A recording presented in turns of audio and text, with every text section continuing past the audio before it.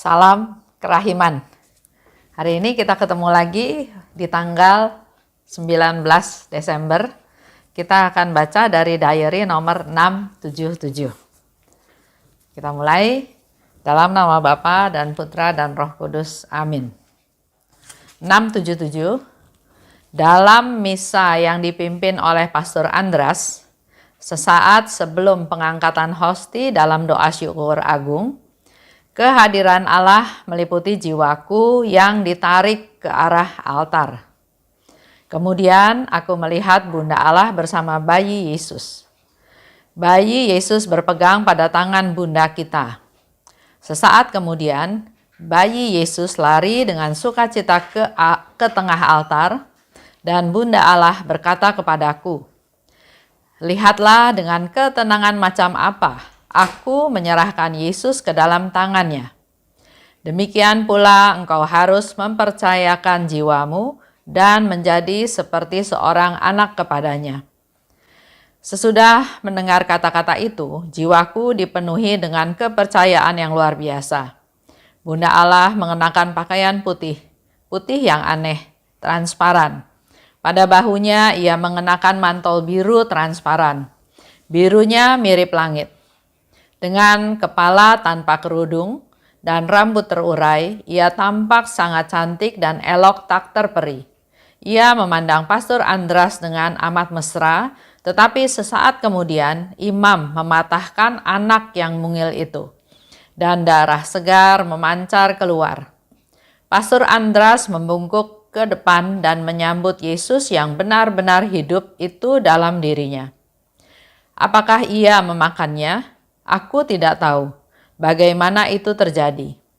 Yesus, Yesus, aku tidak dapat mengikuti engkau, karena dalam sekejap engkau menjadi tak terselami olehku.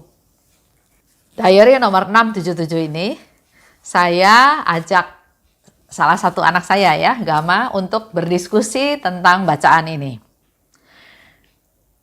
Dalam misa yang dipimpin oleh Pastor Andras, sebelum pengangkatan hosti dalam doa syukur agung, jadi Suster Faustina sedang bercerita pada kita semua, yaitu dalam perayaan Ekaristi, misa dipimpin oleh Pastor Andras dan sebelum pengangkatan hosti dalam doa syukur agung.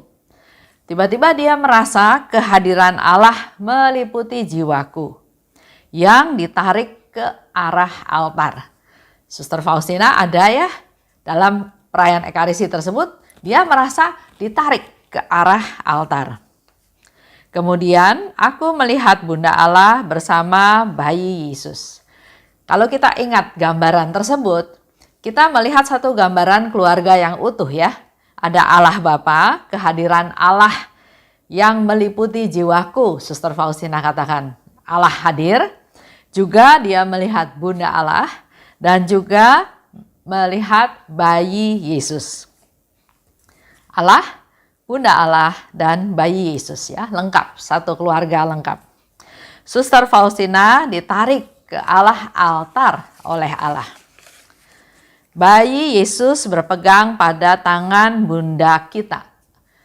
Suster Faustina sering katakan Bunda Maria, Bunda tersuci, perawan tersuci. Tapi sekarang di sini dia katakan Bunda kita. Dia lagi sharing sama kita semua yang sedang mendengarkan bahwa Bunda Maria itu bunda kita loh. Kita nih saudara, kita nih satu keluarga.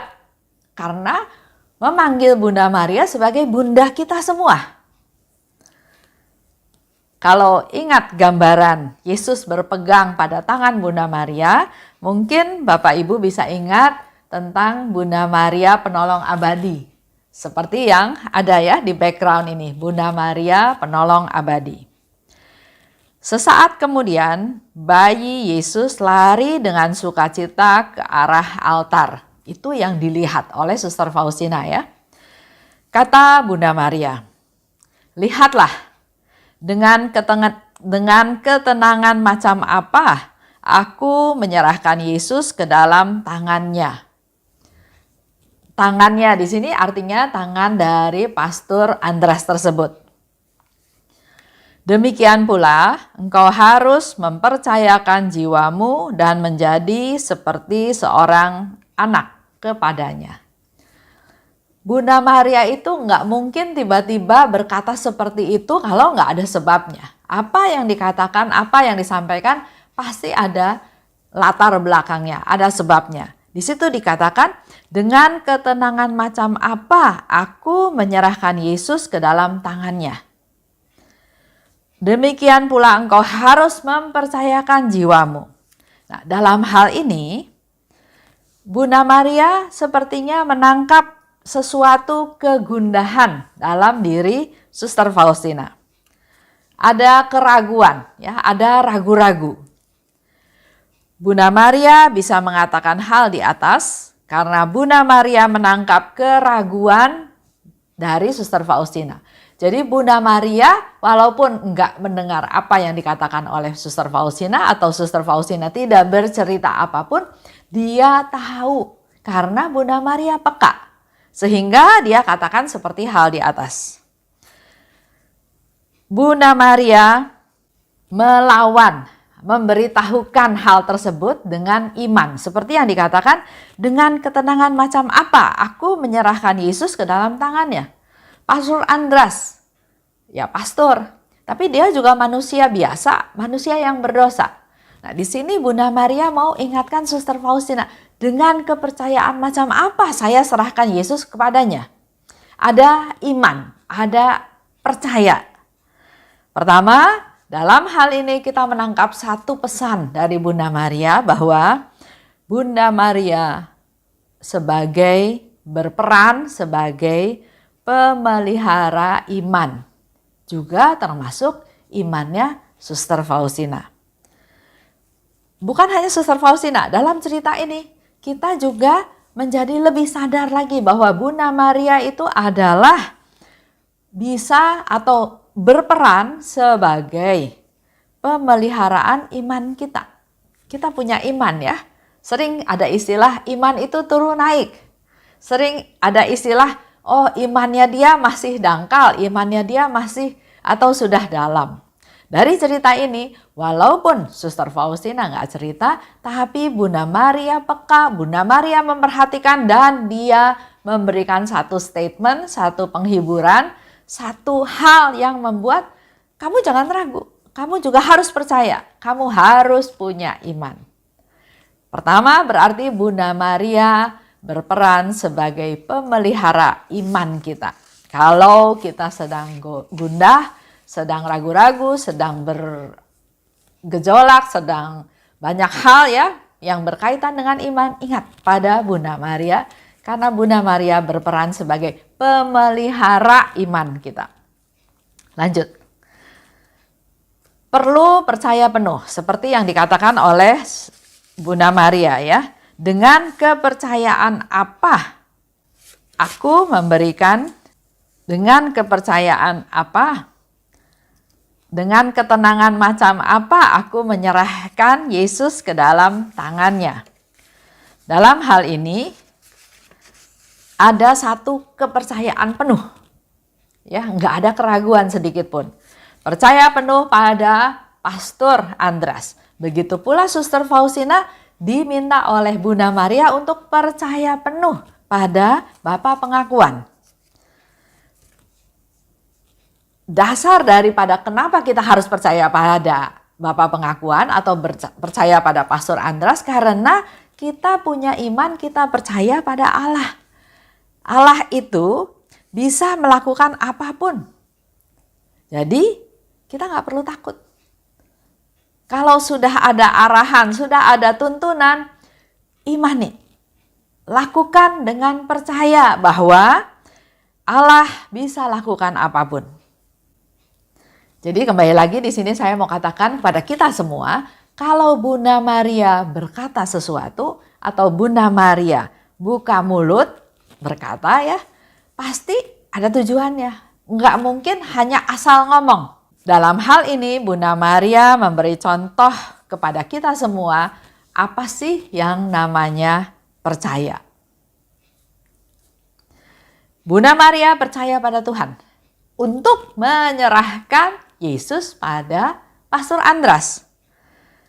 Kalau kita tahu tentang isi di dalam firman Tuhan ya, Bunda Maria juga katakan, "Aku ini hamba Tuhan. Terjadilah padaku menurut kehendak-Mu."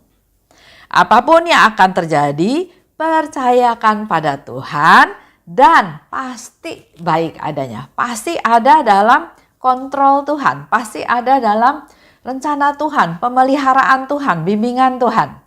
Sesudah mendengar kata-kata itu, Suster Faustina katakan, jiwaku dipenuhi dengan kepercayaan yang luar biasa. Jadi tadinya dia ragu, dia ada sesuatu yang meragukan, ya. Walaupun dia nggak cerita, Bunda Maria bisa tahu dan Bunda Maria jelas memberi contoh pada kita semua. Jadi jangan ragu datang pada Bunda Maria karena Bunda Maria peduli pada kita, dia tahu apa yang kita butuhkan dan dia membimbing kita. Bunda Maria berperan sebagai pemelihara iman kita. Lanjut ya. Nah, kalau kita perhatikan penampilan dari Bunda Maria, lihat ceritanya Suster Faustina ya, dia menggambarkan penampilan Bunda Maria itu secara detail. Pakaiannya putih, transparan. Mantel biru, transparan. Birunya seperti warna langit katanya ya.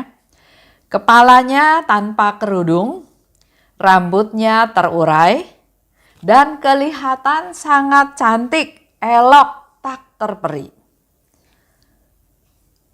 Dan Bunda Maria sedang memandang Pastor Andras dengan mesra. Kalau kita melihat gambaran itu, pasti Suster Faustina melihatnya dengan sangat teliti, detail, dan perlu waktu ya. Lihat bajunya, lihat rambutnya, lihat kerudungnya, bukan yang sekelebat. Kalau kita perhatikan, penampilan seperti yang dilihat oleh Suster Faustina itu seperti penampilan wanita Yahudi pada umumnya. Waktu ada di rumah, waktu dalam keadaan sehari-hari. Dia tanpa kerudung, rambutnya terurai, dengan berpakaian putih transparan. Di sini kita menangkapnya sebagai suatu pakaian yang bukan pakaian yang tebal ya, pakaian yang nyaman, yang biasa dipakai di rumah.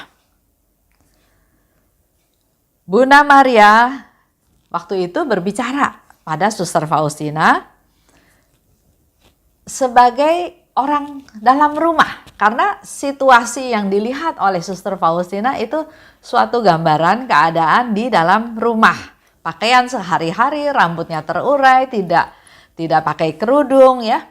Ini menjadi satu gambaran di mana Bunda Maria menyapa Suster Faustina, menyapa kita semua sebagai orang serumah, sebagai ibu dan anak.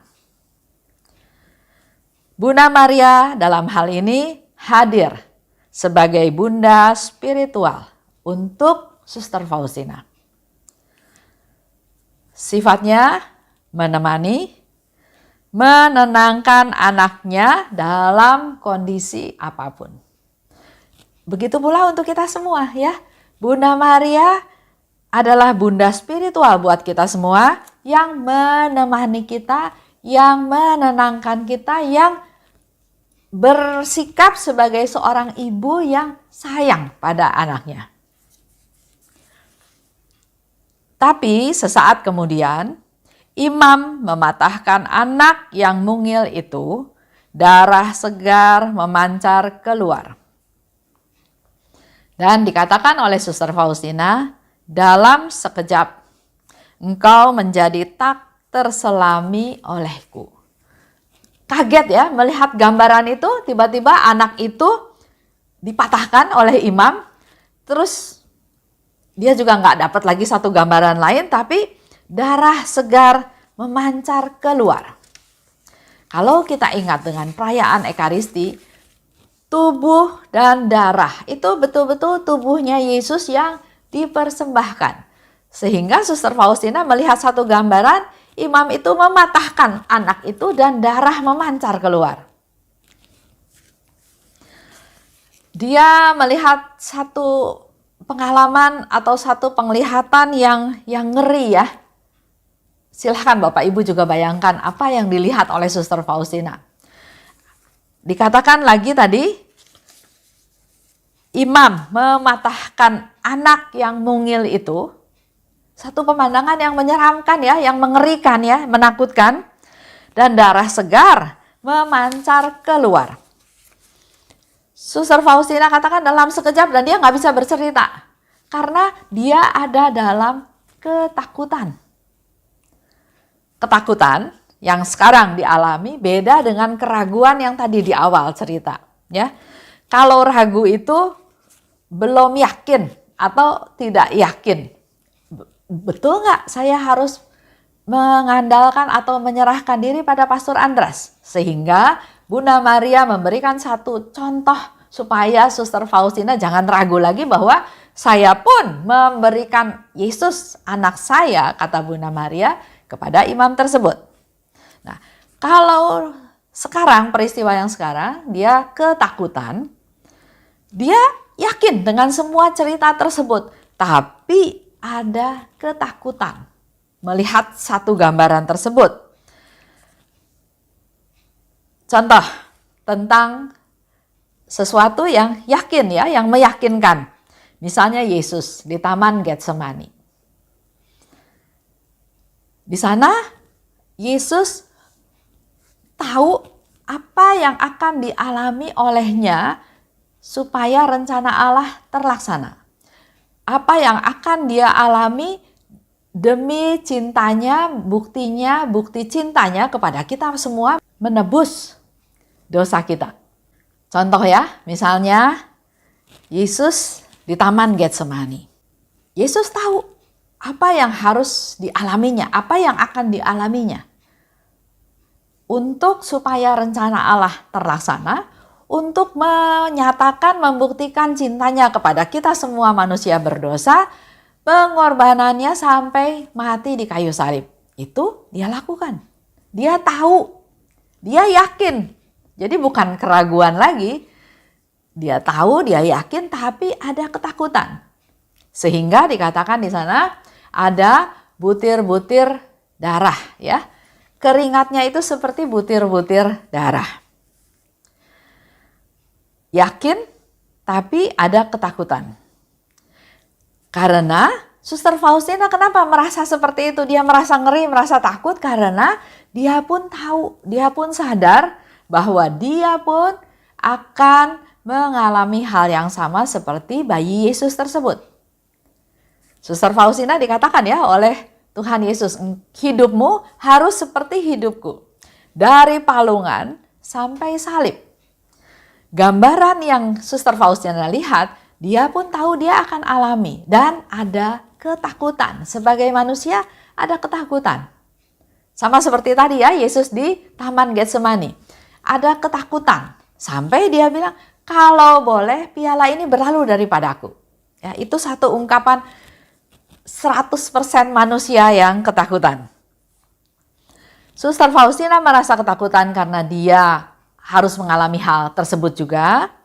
Dipecah dan darah segar memancar. Dipecah, dibagi-bagi, dia menjadi silih berdoa untuk keselamatan banyak jiwa dan juga darah segar memancar. Dia berkorban. Banyak penderitaan, banyak kesusahan yang harus dia jalani, yang harus dia alami. Contohnya stigmata rohani. Walaupun tidak nyata-nyata darahnya memancar, tapi dia mengalami pengalaman yang seperti yang Yesus alami di atas salib, di kayu salib, di jalan salib. Poin yang ketiga dalam permenungan kita hari ini, ketakutan atau kengerian ini bisa aja dialami oleh kita juga semua manusia. Solusinya apa? Bagaimana caranya kita mengalami atau mengatasi ketakutan ini? Contoh dalam masa COVID seperti sekarang ini.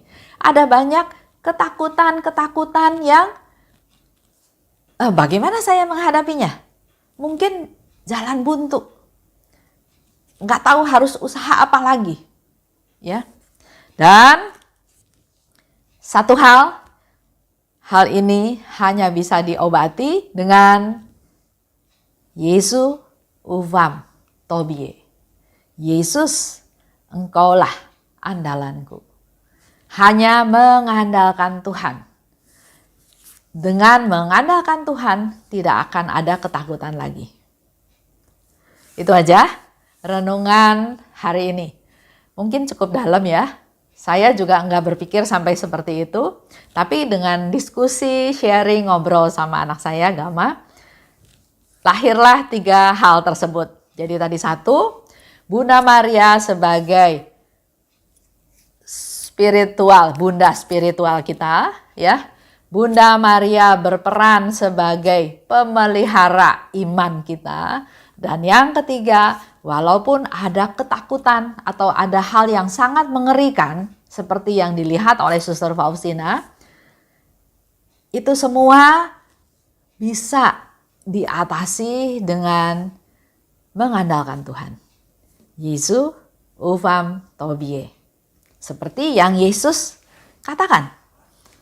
Di gambar kerahiman ilahi, tulislah kata-kata tersebut. Yesus, engkaulah andalanku. Kita tutup ya. Dalam nama Bapa dan Putra dan Roh Kudus. Amin. Allah Bapa yang maha baik, kami bersyukur dan berterima kasih atas hari ini. Begitu banyak yang kami dapat ya Tuhan. Ada banyak pencerahan, antara lain kami menjadi semakin tahu, semakin sadar akan besarnya peran Bunda Maria dalam hidup kami. Bunda Maria sebagai bunda spiritualitas kami, bunda spiritual kami yang menemani kami, menenangkan hati kami, anak-anaknya yang dalam kesusahan. Bunda Maria juga berperan sebagai pemelihara iman kami, karena Bunda Maria yang sudah memberi contoh kepada kami, dengan segala macam hal besar yang dialaminya, dengan rendah hati, dengan murni, dengan tulus, dia katakan, aku ini hamba Tuhan, terjadilah padaku menurut kehendak-Mu. Dan yang ketiga, kami juga mendapatkan satu masukan lagi bahwa ada saat-saat kengerian, ketakutan yang harus kami hadapi. Tapi kami sekaligus juga mendapatkan satu solusi, obat untuk mengatasi hal tersebut, yaitu dengan mengandalkan Tuhan. Yesus, engkau andalanku. Yesus, uvam tobie. Amin. Dalam nama Bapa dan Putra dan Roh Kudus. Amin. Salam kerahiman.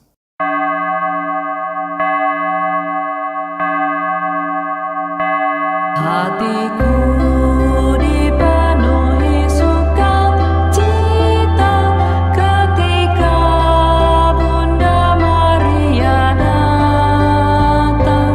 Dia datang berkunjung kepadaku sambil membopong bayi Yesus. Hatiku dipenuhi